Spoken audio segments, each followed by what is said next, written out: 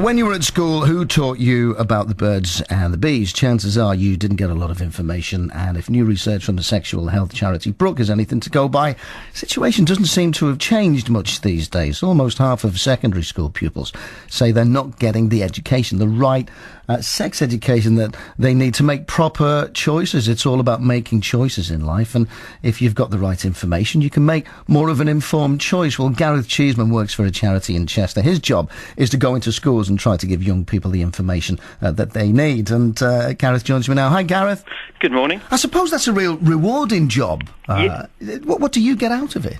It is very rewarding to work with young people, because this issue is something which all young people want to talk about, they want to speak about, and they want someone to listen. So it's very rewarding to be in a place where we can give them support and advice on this important topic. We can think back to our days in school. I remember going back to my days in school, and we were talking about this as well. We had to bring a letter home, get it signed, then you do it in biology, and, you know, the boys would giggle, the girls will tell everybody to shut up. Have things changed much? Well, one thing never changes. Young people will always giggle about sex.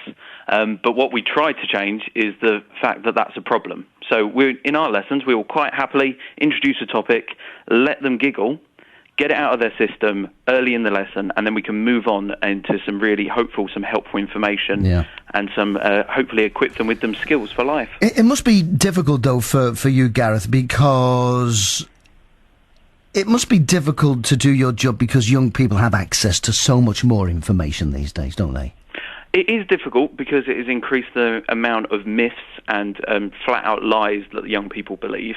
But it actually does help because people, they come with questions. Yeah. They don't come from a place of complete ignorance. They come with questions, and all these myths and all of these things, they prove to be something which we can talk about. We can break apart all the kind of playground gossip and provide some accurate information. And is it almost like a light switch goes on with a lot of the young people as well? You know, where is there an element of relief once you get over the giggle barrier, as you mentioned before? Is it almost like a relief where you think, you know, this is good and I'm getting a lot out of this? Yeah, there is definitely with individual young people. There'll be points when they suddenly, you see that something just hits home and they understand something which maybe they really were confused about or struggled with in the past.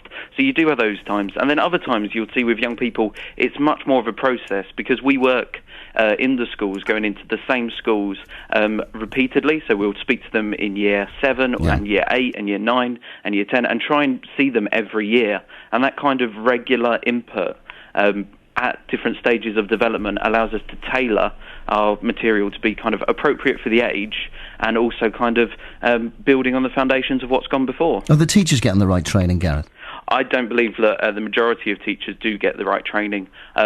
I think that as the fact that sex education, apart from pure reproduction in biology, is not a part of the compulsory curriculum, means that many teachers, when they go for their PGCE, aren't adequately equipped, and therefore it's not a criticism of their teaching ability to say that the teachers aren't doing very exciting or very interesting or very interactive lessons when they haven't been equipped to do that. It's a skill, isn't it? It's an art. It's like anything, you know. You have, I suppose you learn as you go along, but you can't just say, oh, a week next Wednesday, by the way, I forgot to tell you we're doing sex ed. There's got to be a bit more to that.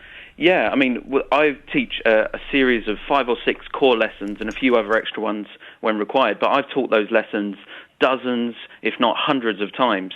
So when I go into a lesson, I know that I've got the experience to be able to answer questions, to react to situations. And it's my full-time kind of role to be going into schools and doing that.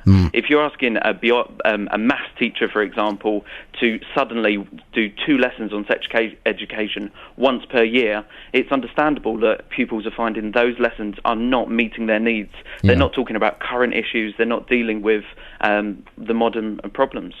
Do you talk about love in the lessons? Yeah, we have a whole lesson which is dedicated to relationships and to look at relationships in a very wide sense, looking at everything from friendships to romantic relationships to sexual relationships and beyond into like committed relationships such as a marriage. So in that lesson we have exercises where we look at what is the role of love. When does love appear in a relationship and what is its function? Does it provide a stable force? Is it something we search for? And we try and really help the young people to unpack these ideas. Rather than just trying to give them neat answers, we try and let them explore the ideas.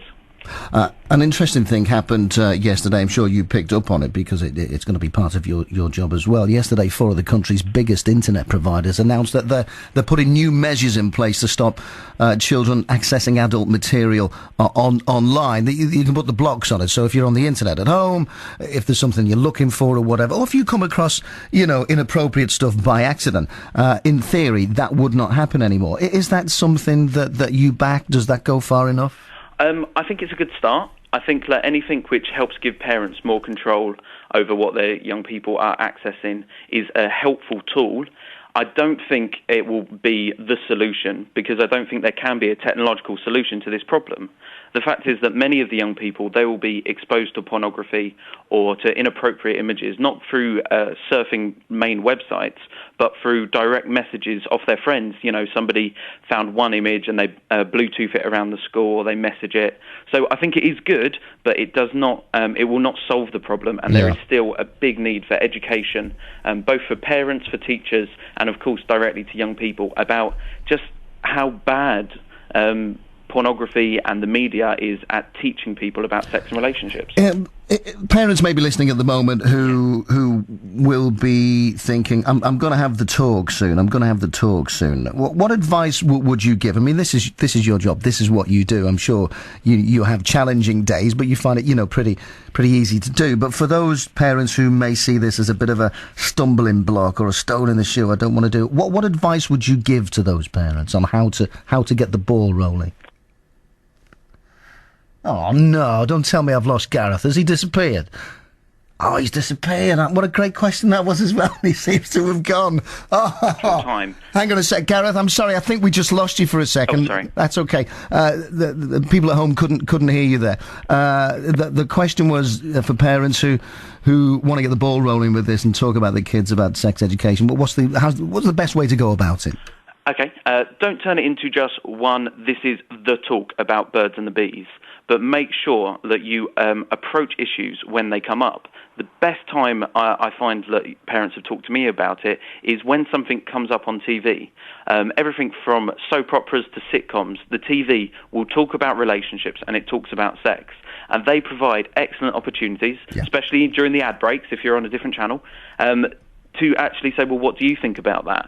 Or have you learned anything about that at school? And it allows for discussion to flow without it becoming this very high-pressure situation where you feel you have to give all the information to your young people, to your children in one condensed setting, but to try and bring it in regularly and to try and develop that kind of continuing dialogue. So watch out for it being flagged up and then just say, hey, what do you think about that? What do you think? Excellent. Good idea. I'm taking tips, you see. Gareth, good to talk to you. Sorry, we lost your line for a second there, but we've got you back. Thank you very much indeed. There's Gareth Cheesman there. Gareth, his job, he goes into different schools for the sex education lessons as well.